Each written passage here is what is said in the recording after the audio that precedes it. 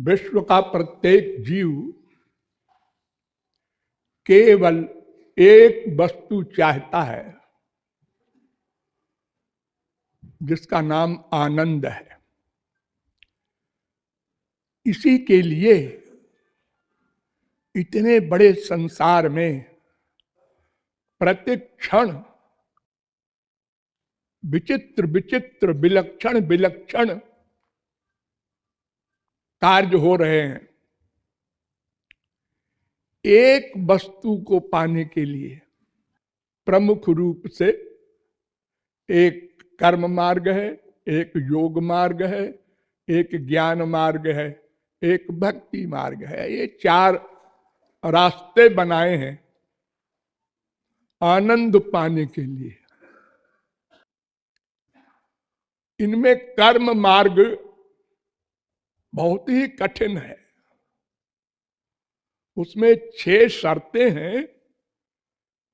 उन शर्तों को पूरा करे तो कर्म बने और फिर भी उसका फल मिले संसारी आनंद, जो कि अनंत जन्मों से मिल रहा है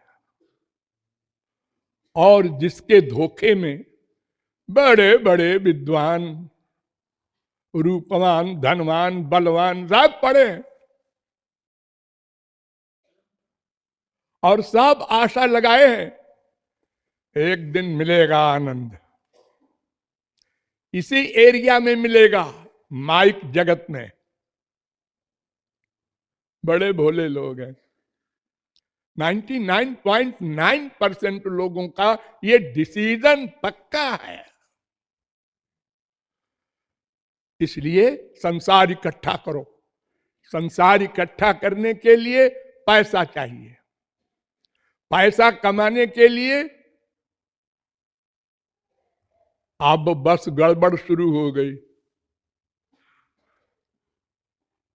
सही तरीके से, अरे नहीं भाई, सही तरीके से तो बड़ा मुश्किल है। गलत तरीके से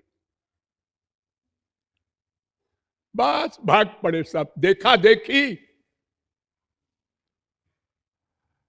भागे जा रहे हैं। बीच में कोई संत महात्मा मिल गया, उसने कहा जा ठहरिए। कहां जा रहे हैं? आनंद नगर। अरे इधर नहीं है। नहीं है? ये सारे लोग बेवकूफ है। इधर नहीं है, लेक्चर देने आया है। बस मैं तो जाऊंगा, मेरा टाइम खराब करता है। सुनने को तैयार नहीं। इतना पक्का विश्वास है। और जब संत की सभा में बैठता है हाँ, क्या गुरु जी ने समझाया, हाँ, और वहीं पर गुरु जी को समर्पित करके वो ज्ञान फिर भागा संसार की ओर। देखा देखी।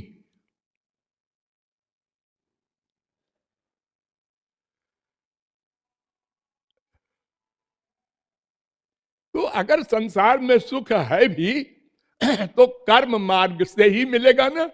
हाँ, लेकिन कर्म मार्ग का करना असंभव है। कल ही नहीं, कर्म। कलयुग में धर्म के आचरण के लिए जो 6 नियम बताए हैं, उनमें से एक का पालन भी नहीं हो सकता। सब नाटक होता है, नाटक। ये यज्ञ हो रहा है, बड़े बड़े यज्ञ हो रहे हैं करोड़ों के, सब पैसा कमाने के लिए। जितना परमार्थ दिखाई पड़ रहा है वो भी पैसे के लिए। मंदिरों में भीड़ है, हो वैष्णो देवी, हो तिरुपति के मंदिर, ये भक्ति है? नहीं नहीं, सब पैसे के लिए जाते हैं वहां, संसार मांगने। उसकी भीड़ है, परमार्थ की नहीं है। एक भी नहीं मिलेगा। देखिए, मैं एक पॉइंट आपके सामने रखता हूं, जरा ध्यान से सुनिएगा। वेद से लेकर रामायण तक हर ग्रंथ में, बाइबल में भी, कुरान में भी ये माना गया है, ये कहा गया है कि संसार में सुख नहीं है।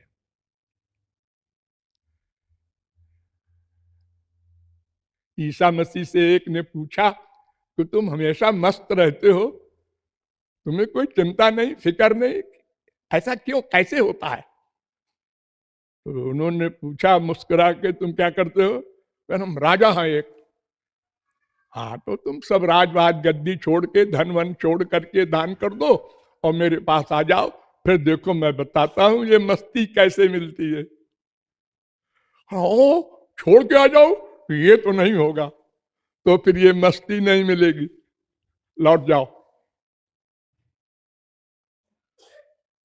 भगवान ने अपने श्रीमुख से 10 बार कहा है भागवत में खाली, तम भ्रंशयामि संपद्यो यस्य चेच्छाम्य अनुग्रहम।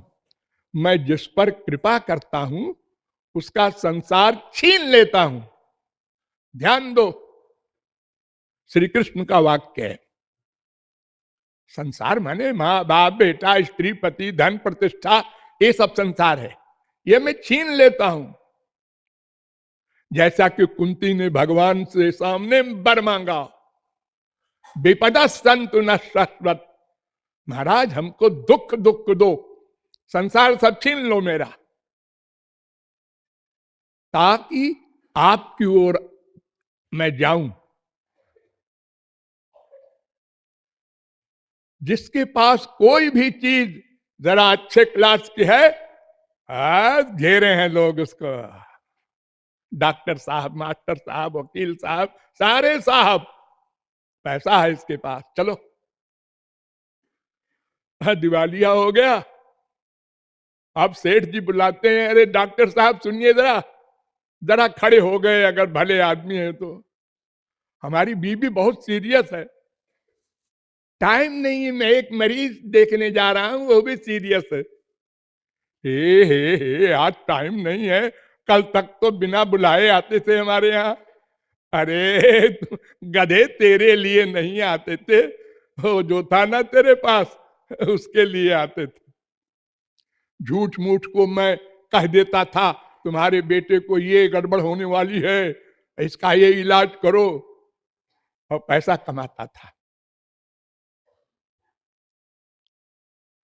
तो भगवान कहते हैं कि मैं संसार छीन लेता हूं। कृपालु पूछता है कि ये करोड़ों लोगों की जो भीड़ होती है कुंभ में, अथवा जो जाते हैं मक्का मदीना करोड़ों लोग, उनमें वो आदमी हमको लाकर दिखा दो जो इस श्री कृष्ण के वचन को मानता हो। किसी का बाप मर जाए, पति मर जाए, धन लुट जाए, और वो मुस्कुरा कर कहे धन्य है प्रभु, बड़ी कृपा की आपने, ऐसा बोलने वाला नहीं मिलेगा। घूम रहे हैं मंदिरों में, बड़े बड़े प्रवचन सुन रहे हैं, लेकिन मानेंगे नहीं। पैसे में सुख है जी, सब बकवास है। श्री कृष्ण कहे चाहे उनके बाप कहे, मैं नहीं मानता।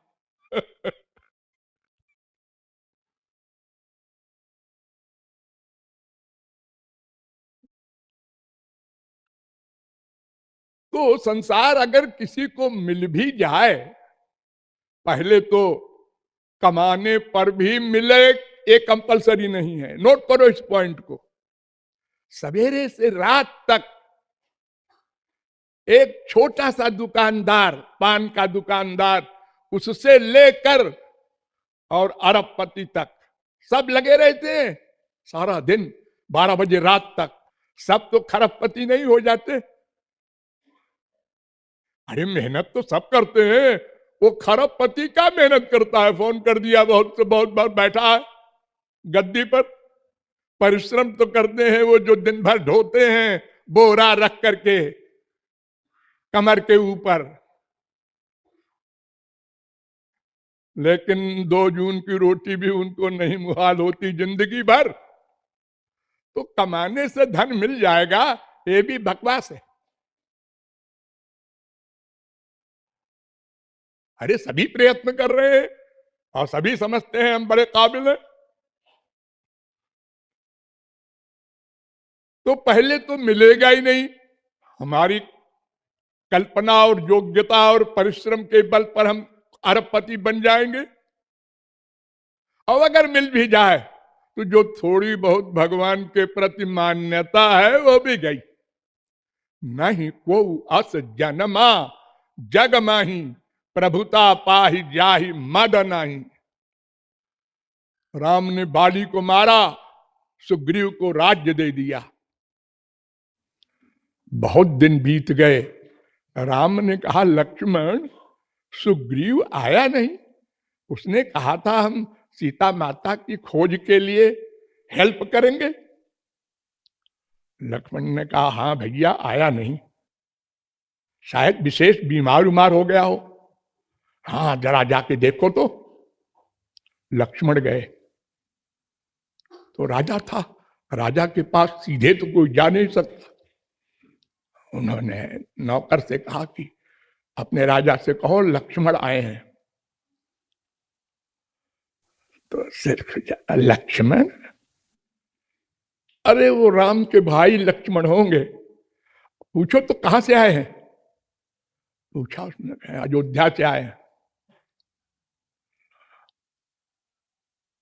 उनसे पूछो क्या काम है।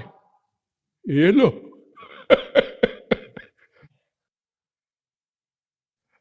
तो लक्ष्मण जी अकड़ते हुए चले गए सामने। नौकरों से कहा हटो।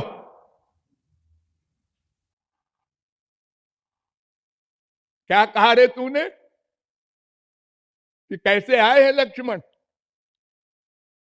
तूने राम के काम का वादा किया था। राम के कौन से राम?